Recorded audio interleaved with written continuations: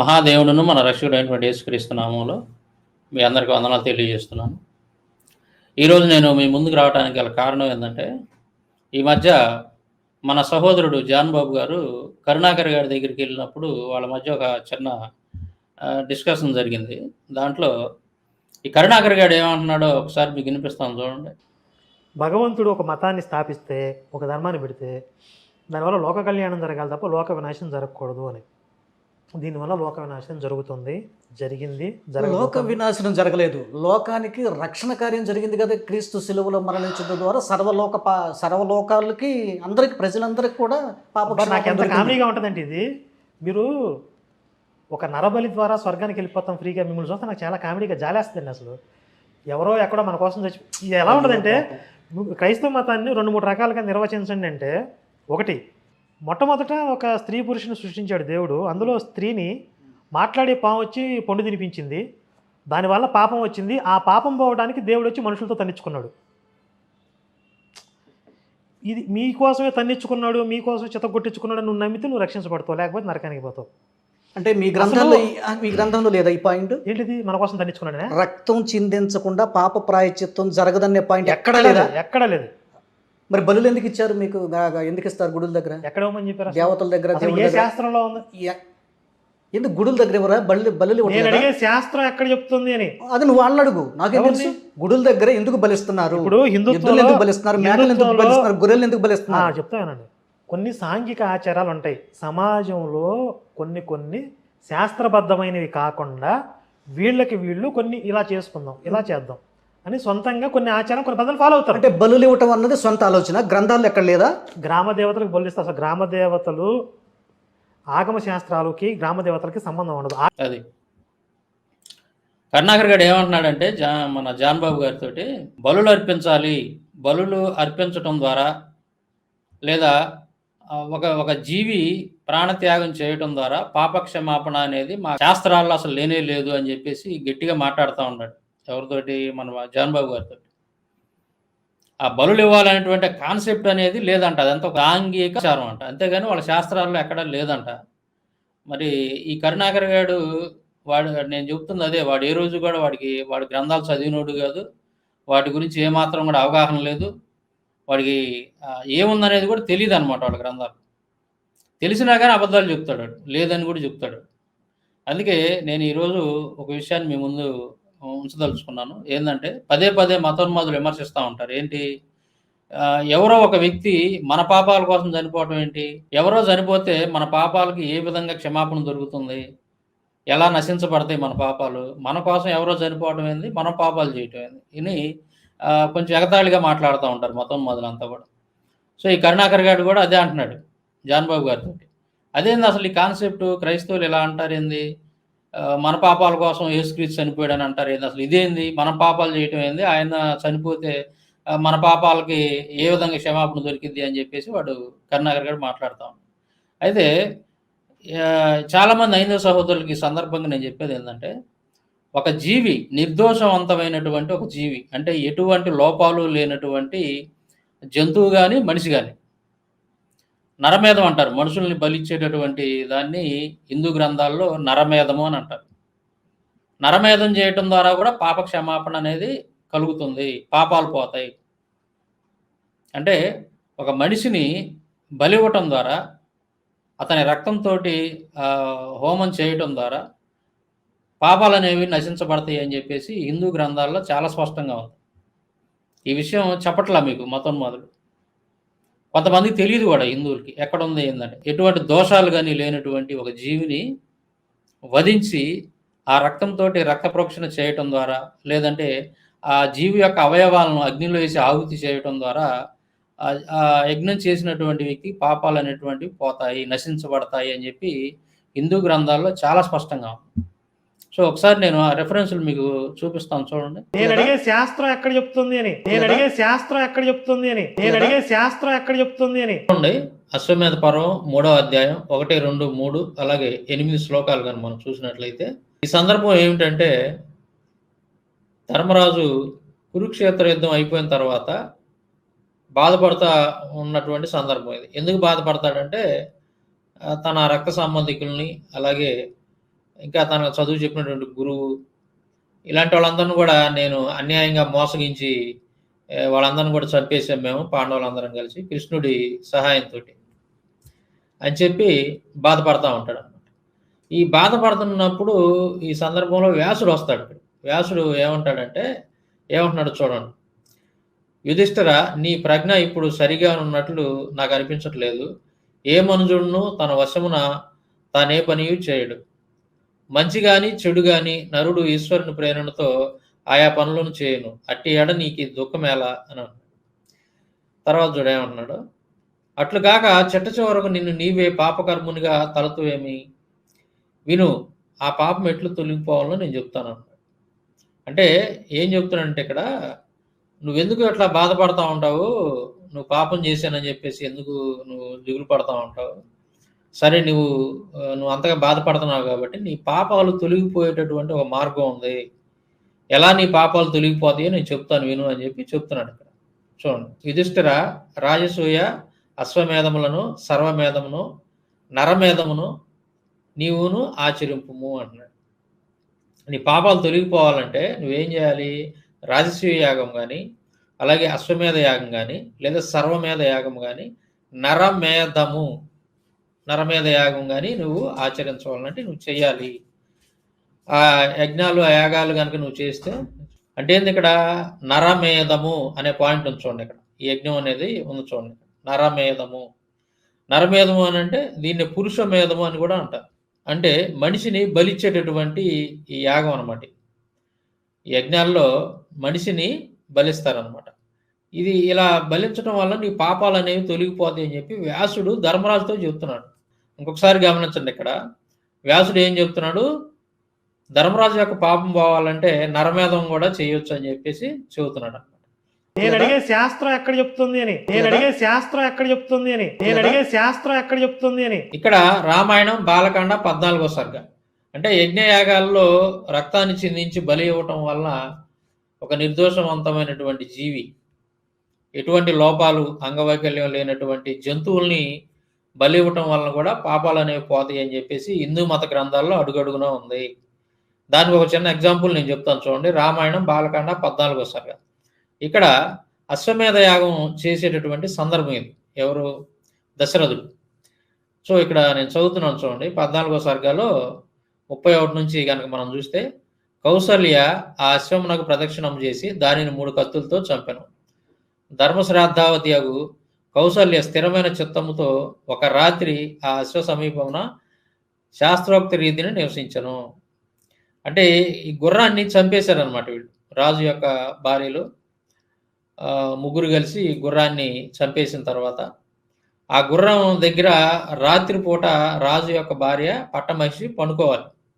పండుకున్న తర్వాత అక్కడ ఆ గుర్రం మీద, అలాగే ఆ రాజు యొక్క భార్య మీద ఒక వస్త్రాన్ని కప్పి అక్కడ ఉన్నటువంటి ఈ హోత, అధ్వరు, ఉద్గాత అనేటువంటి ఈ ఋత్విజులు ఎవరైతే యజ్ఞాన్ని నిర్వహించేటువంటి వాళ్ళు ఎవరైతే ఉంటారో వీళ్ళంతా కూడా కొన్ని అక్కడ అసహ్యకరమైనటువంటి మాటలు పలుకుతూ అక్కడ చాలా జుగుప్సాకరమైనటువంటి మాటలతోటి, క్రియలతోటి ఈ క్రతు అనేది జరుగుతూ ఉంటుంది అనమాట. ఇంద్రియ నిగ్రహవంతుడును ఉత్తమ జ్ఞాన సంపన్నుడును అగు ఋత్వికుడు ఆ అశ్వం యొక్క వపను తీసి యథాశాస్త్రముగా పక్వము చేసెను. దశరథుడు తగిన సమయమున శాస్త్రానుసారముగా తన పాపమును తొలగించుటకై ఉపాధూప గంధమును వాసన చూసెను.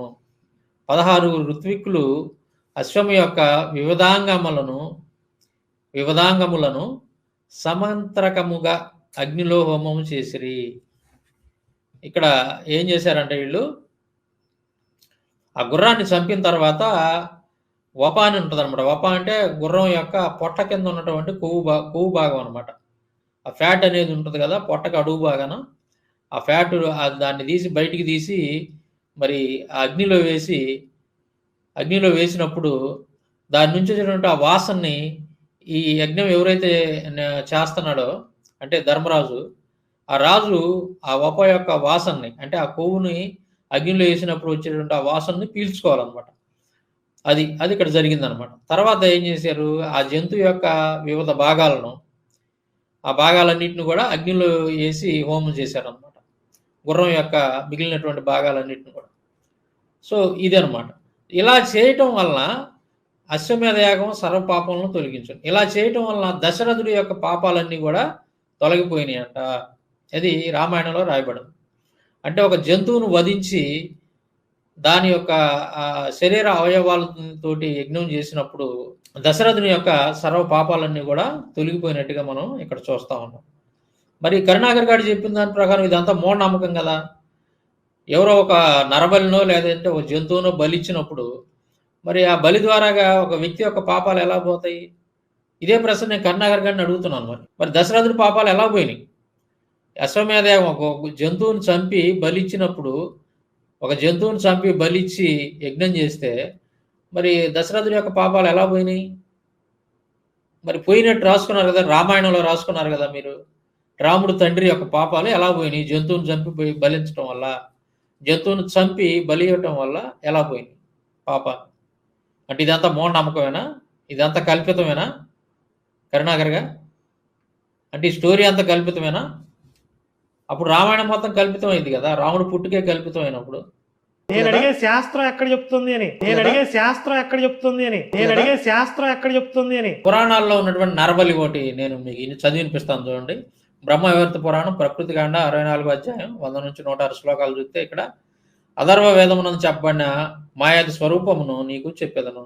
నారదముని తల్లిదండ్రులు వ్యాధులు లేని యువకుడు వివాహితుడై విష్ణు మంత్ర దీక్షను స్వీకరించి జారత్వ దోషములు లేనివాడు కావాలను. ఏది నరబలి ఇవ్వటానికి ఎవరు ఎలాంటి వాడు కావాలనేది ఇక్కడ చెబుతున్నారు చూడండి. ఆ యువకుడు జారత్వ దోషం వలన పుట్టకూడదు. అతనిని పోషించిన వారు కూడా సత్పురుషులు కావాలను. ఇటు పురుషుని బంధువులకు ధనమును ఇచ్చి అతనిని కొనవలెను. ధనమును ఇచ్చి కొన్న ఆ పురుషుని ఇంటికి తెచ్చి స్నానం చేయించి అతనికి వస్త్రము చందనాదులచి అతనిని అలంకరించి 1 సంవత్సరం వరకు అతనిని యథేచ్ఛగా తిప్పుచు అతని వెంట ఒక వృత్తిని ఉంచవలెను. ఇట్టి యువకుని మాయాతి అందురు. ఈ మాయాతిని ఆశ్వయుజ మాసమున అష్టమి నవమి తిథుల మధ్య దుర్గాదేవికి బలినీయవలెను. సో ఈ ఒక వ్యక్తిని కొనుక్కొని రావాలి, అతనికి ఎలాంటి లక్షణాలు ఉండాలి అనేది ఇక్కడ చెప్పాడు. ఆ లక్షణాలని కలిగినటువంటి వ్యక్తిని మంచిగా అతనికి చందనాదులు, తర్వాత మంచి మంచి వస్త్రాలు అన్ని అలంకరించిన తర్వాత తీసుకొచ్చి ఏం చేయాలంట? దుర్గాదేవికి బలి ఇవ్వాలంట. అష్టమి నవమి తిథుల మధ్య దుర్గాదేవికి బలి ఇవ్వాలి. ఓ నారద, బలిదానం చేయవలసిన పశువుల వివరములను అన్నిటినీ నీకు తెలిపితిని. బలి వస్తువును స్తుతించి దేవికి బలినిచ్చి ఆ దేవి యొక్క కవచమును ధరించి ఆ దేవికి సాష్టాంగం దండమును సమర్పించవలను. ఆ తర్వాత బ్రాహ్మణులకు దక్షిణ ఇచ్చి పంపాలి. ఇది మాత్రం మర్చిపోకూడదు. చివరిలో బ్రాహ్మణుడికి మాత్రం దక్షిణ ఇవ్వటం అనేది ఎట్టి పరిస్థితుల్లో మీరు మర్చిపోకూడదు. ఇదనమాట. ఇప్పుడు మీరు చూశారు కదా, మనకి రామాయణంలో కనుక చూసినట్టుగా అయితే దశరథుడు అశ్వమేధ యాగం చేశాడు. అశ్వమేధ యాగం చేసేటప్పుడు ఏం చేశారు? ఒక గుర్రాన్ని వధించి మరి ఆ గుర్రం యొక్క అవయవాలను తీసుకొని అగ్నిలో ఆహుతి చేశాడు. ఆహుతి చేయటం ద్వారాగా ఏమైందంటే అక్కడ మనం స్పష్టంగా రాసింది కదా, ఇప్పుడు మనం చదివాం కదా, దశరథుడి యొక్క పాపాలన్నీ కూడా తొలగిపోయాయంట. మరి అదేంది కరుణాకర్ గారిని నేను అడిగే ప్రశ్న ఏంటంటే, మరి దశరథుడు చేసినటువంటి పాపాల కోసం ఏదో గుర్రం చచ్చిపోతే దశరథుడి యొక్క పాపాలన్నీ తొలగిపోవటం ఏంటి? కరుణాకర్గా నువ్వు దీనికి ఆన్సర్ చెప్పాలా? అరే మతోన్మాదులారా, మీరు దీనికి ఆన్సర్ చెప్పాలి ఖచ్చితంగా. మీరు క్రైస్తవులు ఎగతాళి చేస్తూ ఉన్నారు కదా, యేసుక్రీస్తు చనిపోతే మీ పాపాలు తొలగిపోవటం ఏంటి? మీ పాపాల కోసం ఆయన చనిపోవటం ఏంది? ఇదేంది అని మీరు ఎగతాళి చేస్తూ ఉన్నారు కదా. మీ అందరికీ నా ప్రశ్న ఇదే. మరి దశరథుడి పాపాలు ఎలా తొలగిపోయినాయి? ఒక గుర్రం చచ్చిపోతే, ఒక గుర్రాన్ని వధించి దాన్ని అగ్నిలో ఆహుతి చేయటం ద్వారా, యజ్ఞం చేయటం ద్వారా మరి దశరథుడి పాపాలు ఎలా తొలగిపోయినాయి? దీనికి ఆన్సర్ చెప్పాలి. అంతేకాదు, ఇప్పుడు మన మహాభారతంలో చూసిన విధంగా వ్యాసుడు చెప్తున్నాడు ధర్మరాజుతోటి. ఏమని చెప్తున్నాడు? నువ్వు అంటే కొన్ని రకాలైనటువంటి అశ్వమేధ యాగం అని, తర్వాత కొన్ని రకాలైనటువంటి రాజసూయ యాగం అని, ఇలాంటివన్నీ కూడా యజ్ఞాలు గురించి చెప్తూ, అలాగే నరమేధము ఏం చెప్తున్నాడు వ్యాసుడు ధర్మరాజుతో? ఏం చెప్తున్నాడు? నీ పాపాలు తొలగిపోవాలంటే నువ్వు నరమేధం అనేటటువంటిది కూడా చేయొచ్చు. నరమేధం అని అంటే మనిషిని నరబలి అనేటువంటిది ఇవ్వటం ద్వారా నీ పాపాలు అనేటువంటివి పోతాయి అని చెప్పి వ్యాసుడు స్వయంగా ధర్మరాజుతో చెప్పినటువంటి రెఫరెన్స్ మనం చూసాం మహాభారతం నుంచి. ఈ కరుణాకర్ గారు ఏమన్నాడు మన జాన్బాబు గారితో? శాస్త్రాల్లో ఎక్కడైనా ఉందా, శాస్త్రాల్లో ఎక్కడైనా ఉందా అని చెప్పి గట్టిగా పదే మాట్లాడుతూ ఉన్నాడు. మరి అదే మనలాంటి వాళ్ళు అనుకోండి, వాడికి చెప్పుతో కొట్టినట్టు బుద్ధి చెప్తాం. "అరేయ్! శాస్త్రాలు లేదురా దరిద్రుడా! నీకు ఎన్ని రిఫరెన్స్‌లు కావాలిరా రా నేను చూపిస్తాను." ఇప్పుడు మన జాన్ బాబు గారు ఆయనకున్నటువంటి ప్రాథమిక అవగాహనతోటి మంచిగా అడిగాడు. "నీ గ్రంథాల్లో ఎక్కడా లేదా? నీ గ్రంథాల్లో ఈ విషయం ఎక్కడా లేదా?" అని చెప్పేసి కరుణాకర్ గారిని పదే పదే ప్రశ్నించేసరికి అప్పుడు వాడు చెప్తున్నాడు. "అబ్బే! అది కాదండి. పూర్వం రోజుల్లో ఎప్పుడో ఒక జంతువుకి ఏదో ఉత్తమ గతిని కల్పించేవాళ్ళు. అది దేవలోకానికి పోయి ఈళ్ళ కోరికలు తీర్చేదని" చెప్పి చెప్తున్నాడు. అది కూడా ఈడికి సరైనటువంటి అవగాహన లేదది. దాని మీద కూడా, ఆ సబ్జెక్ట్ మీద కూడా. ఈడు చెప్పే దాని మీద కూడా. ఎవరో చెప్పిన మాటలు పట్టుకొని మాట్లాడుతున్నాడు. ఈడికి అసలేమీ తెలీదు కరుణాకర్ గాడికి. వీడిని బైబిల్ రత్న అది ఇది అని చెప్పేసి మాట్లాడుతా ఉంటే నాకు నవ్వొస్తా ఉంటది కరుణాకర్ గాడిని చూసి. వాడికి బైబిల్ గురించి తెలీదు, హిందూ గ్రంథాల గురించి తెలీదు. అరే కరుణాకర్‌గా శాస్త్రాల్లో ఎక్కడా లేదంటున్నావు గదా! ఏది మీ యొక్క దేవతా విగ్రహాల దగ్గర నరబలులు ఇవ్వటం గాని, లేపోతే ఈ కోళ్ళుని, మేకలను బలి ఇవ్వటం గాని ఎక్కడా లేదన్నావు. నీకు ఎన్ని కావాలి చెప్పురా నేను రిఫరెన్స్‌లు చూపిత్తా. కరుణాకర్‌గా. ఆ! మేకలను వధించాలని గాని, మనుషులను వధించాలని గాని లేదా మీ గ్రంథాల్లో? శాస్త్రాల్లో ఎక్కడుందండి? శాస్త్రాల్లో ఎక్కడుందని చెప్పి పదే పదే మాట్లాడుతా ఉన్నాడు. అరే బేవర్స్ నాయాలా కరుణాకర్‌గా, నీకు తెలియకపోతే నోరు మూసుకొని గమ్మున కూర్చోవాలా. లేదంటే నా బోటోళ్ళని అడిగి తెలుసుకో. ఇది ఎక్కడుంది? ఈ విషయం ఉందా? లేదా? అని చెప్పి పరిశీలన చేయాలి. నీ గ్రంథాల్లో అడుగడుగునా ఉంది. ఒక వేదాలు, పురాణాలు, అలాగే రామాయణం, మహాభారతం అన్ని గ్రంథాల్లో కూడా రక్త ప్రోక్షణం ద్వారా పాప క్షమాపణ అనే కాన్సెప్ట్ అయితే ఉంది. రక్త ప్రోక్షణం ద్వారా పాప క్షమాపణ అనేది కలుగుతుందనే కాన్సెప్ట్ అయితే ఉంది. అది నేను ఇప్పుడు కొన్ని రిఫరెన్స్‌లు కూడా చూపించి నేను రుజువు చేశానన్నమాట. నేను అందుకే ఇప్పుడు దాదాపు 2, 3 సంవత్సరాల నుంచి ఈ గ్రంథాల మీద పరిశోధన చేసి ఇంత కష్టపడి వీటిని ఈ రిఫరెన్స్‌లన్నీ బయటికి తీయటానికి గల కారణం ఏందయ్యానంటే, ఇప్పుడు మన జాన్ బాబు గారిలాగా ఆ గ్రంథాలకు అంటే హిందూ గ్రంథాల గురించి అవగాహన లేకుండా ఎవరు ఉండకూడదు. ఇలాంటి డిస్కషన్స్ జరుగుతుంటాయి. రాబోయే రోజుల్లో ఇంకా ఎక్కువ జరుగుతాయి. మతోన్మాదులకి, క్రైస్తవులకి. అలాగే మన క్రైస్తవ కుటుంబాల్లో కొంతమంది రక్షణ పొందనటువంటి వాళ్ళుంటారు. వాళ్ళతోటి ఈళ్ళకి ఆర్గ్యుమెంట్స్ జరుగుతా ఉంటాయి. అలాగే వారి స్నేహితుల ద్వారాగా, బంధువుల ద్వారాగా ఆర్గ్యుమెంట్స్ జరుగుతా ఉంటాయి. మా హిందూ గ్రంథాల్లో ఎక్కడ ఇలా లేదు. ఇదిగో మీ బైబిల్‌లో ఎలా ఉంది అని చెప్పి ఆర్గ్యుమెంట్స్ జరుగుతా ఉంటాయి. అలాంటప్పుడు మనకు కొంత హిందూ గ్రంథాల మీద ప్రాథమిక అవగాహన అనేది కొంత ఉంటే, సో ఇలాంటి వాళ్ళని మనం ధీటుగా ఎదుర్కోవచ్చు. ప్లస్ కొంతమంది తెలియక మాట్లాడే వాళ్ళకి కూడా మనం తెలియజెప్పొచ్చు అనమాట. ఇదిగోరా బాబు ఇలా ఉంది మీ గ్రంథాల్లో చూడండి. సో మన గ్రంథాలను ఇప్పుడు నేను తయారు చేసినటువంటి ఆ 2 బుక్స్ ఏవైతే ఉన్నాయో వాటిలో ఇలాంటి రిఫరెన్స్‌లు మీకు బోలెడన్ని ఉన్నాయి. ఇదొక్కటే గాదు. అనేక రకాల టాపిక్స్ మీద నేను రిఫరెన్స్‌లు ఇచ్చాననమాట. ఏ గ్రంథం నుంచి తీసుకున్నాను, దానికి ఎన్నో అధ్యాయం, ఎన్నో శ్లోకం అనేది చాలా స్పష్టంగా మన గ్రంథాల్లో ఇచ్చాను. అయి బయటికి వచ్చిన తర్వాత మీ అందరికి గూడా అసలు హిందూ గ్రంథాలంటే ఏంది? హిందూ గ్రంథాల మీద ఒక ప్రాథమిక అవగాహన అనేది మీకు కలిగిద్దనమాట. సో ఈ సందర్భంగా నేను కరుణాకర్ గాడికి చెప్పేదేందంటే, "అరేయ్! బేవర్సన ఎల కరుణాకర్‌గా నువ్వు ఇన్నాళ్ల మించి దొంగ మాటలు, మాయ మాటలు చెప్పి జనాలను మోసం చేసుకుంటా వచ్చావు. నీ గ్రంథాల్లో అది లేదు, ఇది లేదు, సతీ సహగమనం లేదు, బాల్య వివాహాలు లేవు, అది ఇది అని చెప్పి అబద్ధాలు చెప్పుకుంటా వచ్చావు. ఇవన్నీ కూడా కుప్పలు కుప్పలు. మీ గ్రంథాల్లో ఎక్కడెక్కడ ఉన్నాయి, అసలు వాటి వ్యవహారం ఏంది, ఆ రిఫరెన్స్‌లు ఏందనేది కూడా చాలా స్పష్టంగా నేను మన 2 గ్రంథాల్లో ఇచ్చాను. అదేవిధంగా నేను ఫైనల్‌గా చెప్పేదేందంటే, రక్త ప్రోక్షణం ద్వారా పాప క్షమాపణ అనేది కలుగుతుంది. అది కూడా ఒక నిర్దోషవంతమైనటువంటి జీవి. ఏ పాపం లేని ఒక నిర్దోషవంతమైనటువంటి జీవి యొక్క రక్త ప్రోక్షించడం ద్వారా, లేదా ఆ రక్తంతోటి యజ్ఞయాగాదులు చేయటం ద్వారా, లేదా ఆ జంతువు యొక్క అవయవాలని వాటన్నిటిని కూడా అగ్నిలో ఆహుతి చేయటం ద్వారా పాపాలనేటువంటివి తొలగిపోతాయి అనేటటువంటి విషయాలు హిందూ మత గ్రంథాల్లో అడుగడుగునా ఉన్నాయి. కాబట్టి ఎవరైనా క్రైస్తవుల్ని ఈ మతోన్మాదులు లాంటోళ్ళు ఎవరైనా మిమ్మల్ని ఈ విషయం అడిగినప్పుడు, ఇప్పుడు నేను చూపించినటువంటి రిఫరెన్స్‌లతోటి మీరు చక్కగా వాళ్ళకి బుద్ధి చెప్పొచ్చు. ఇక మన గ్రంథాలు బయటకొచ్చిన తర్వాత ఇంక ఈ కుప్పలు కుప్పల రిఫరెన్స్‌లు మీ చేతిలో ఉంటాయి. మీరు చక్కగా మాట్లాడొచ్చు. సో, కరుణాకర్ గాడు ఇంకా చాలా ఇంట్రెస్టింగ్ విషయాలు మాట్లాడాడు. వాటన్నిటి గురించి కూడా మనం రాబోయే వీడియోల్లో తెలుసుకుందాం. Thank you.